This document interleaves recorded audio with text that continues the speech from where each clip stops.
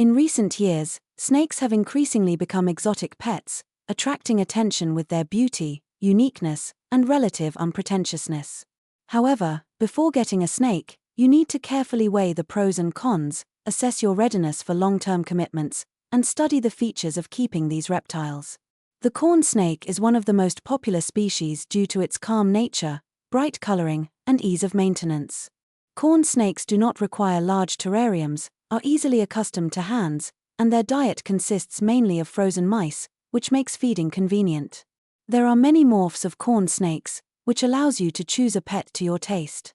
The king snake is another popular species, known for its varied coloring and unpretentiousness. King snakes are active and curious, but can be more nervous than corn snakes. It is important to remember that king snakes are opportunistic predators and can be cannibalistic, so they should not be kept with other snakes, especially smaller ones.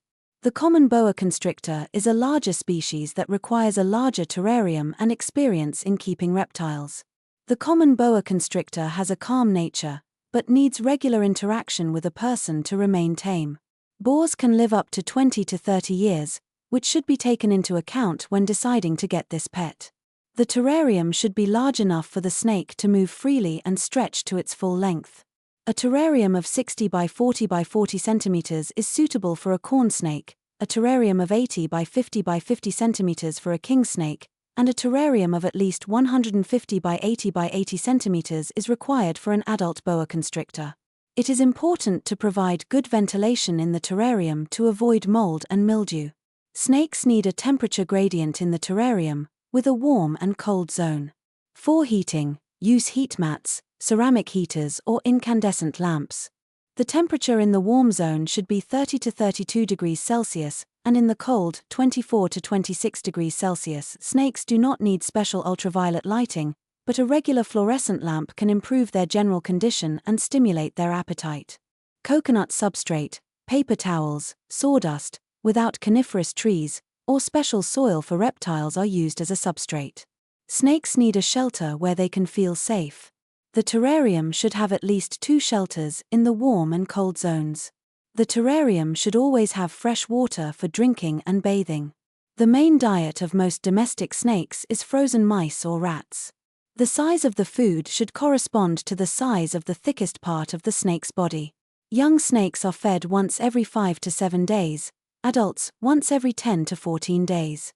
The food is defrosted to room temperature and offered to the snake with tweezers. You cannot feed your snake live food, as the rodent may injure it. Snakes periodically molt, shedding their old skin. During molting, the snake becomes more secretive and may refuse to eat. It is important to provide sufficient humidity in the terrarium for the molting to be successful. Snakes are susceptible to various diseases, such as respiratory infections, skin diseases, parasites. If signs of illness appear, lethargy, refusal to eat, difficulty breathing, discharge from the nose or eyes, you should contact a veterinary herpetologist. Snakes live a long time, so you need to be prepared for long-term commitments. In some regions, keeping certain species of snakes may be prohibited or require special permits. It is necessary to follow safety rules when interacting with snakes, especially venomous species. It is important to remember that snakes are wild animals, and their maintenance in captivity should be as comfortable as possible and meet their needs. Venomous snakes inspire fear and fascination at the same time.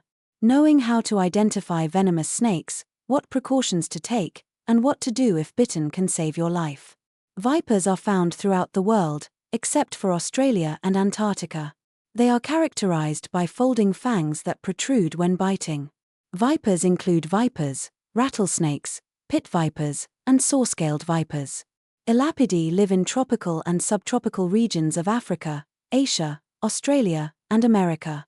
They have short, immobile poisonous teeth located in the front part of the upper jaw.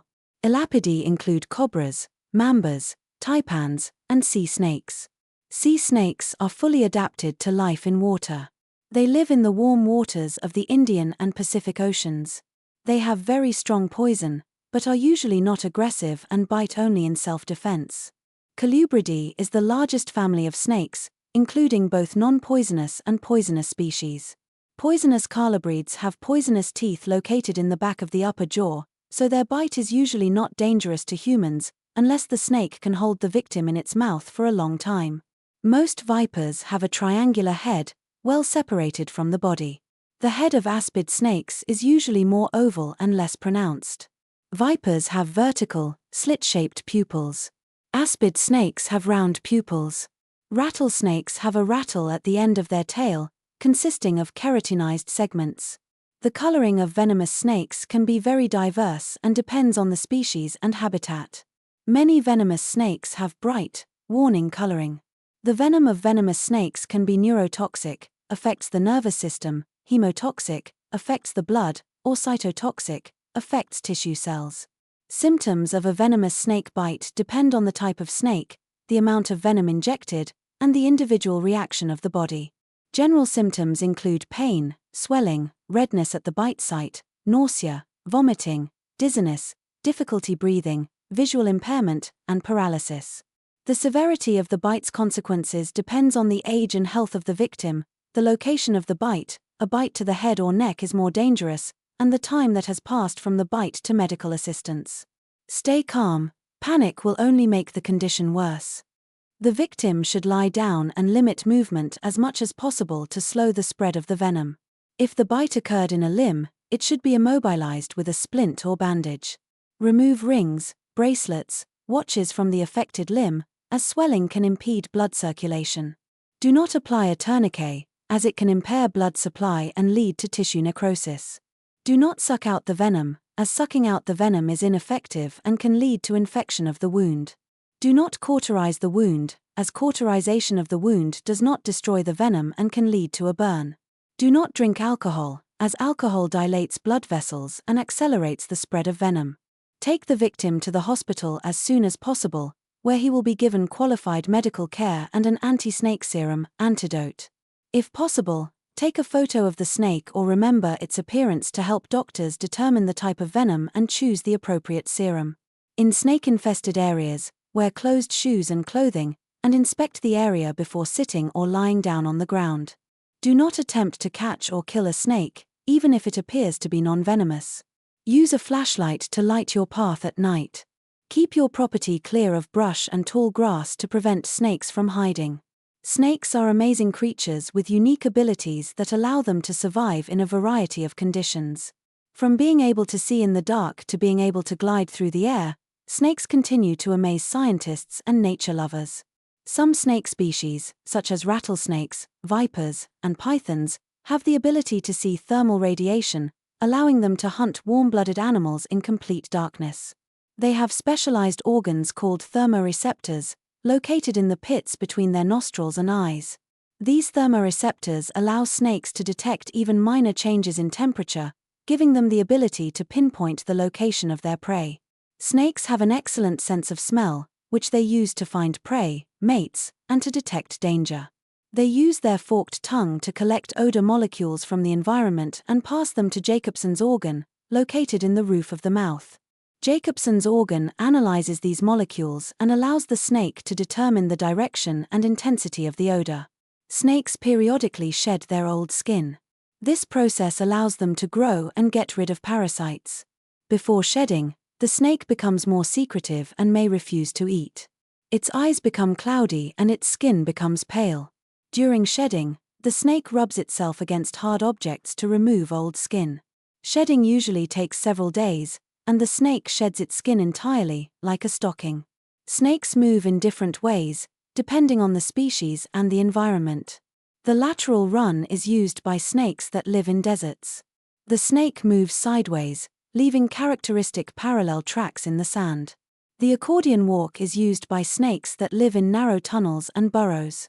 The snake contracts and expands like an accordion to propel itself forward.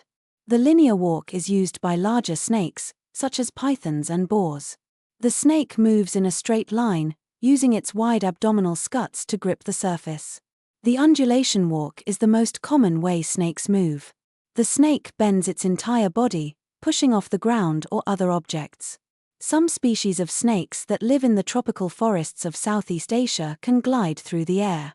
These snakes, which belong to the genus Chrysopelia, do not have wings, but they can flatten their bodies and create an aerodynamic shape that allows them to glide from tree to tree. During the glide, the snake bends and undulates its body to control the direction and speed of its flight. They can cover distances of up to 100 meters. Coral snakes imitate venomous asps to scare off predators. African spitting cobras can spit venom into the eyes of their enemies from up to 3 meters away. Sea snakes can hold their breath underwater for several hours. Oviparous snakes feed only on bird eggs. They have special bony protrusions on their vertebrae that help them crush the shells.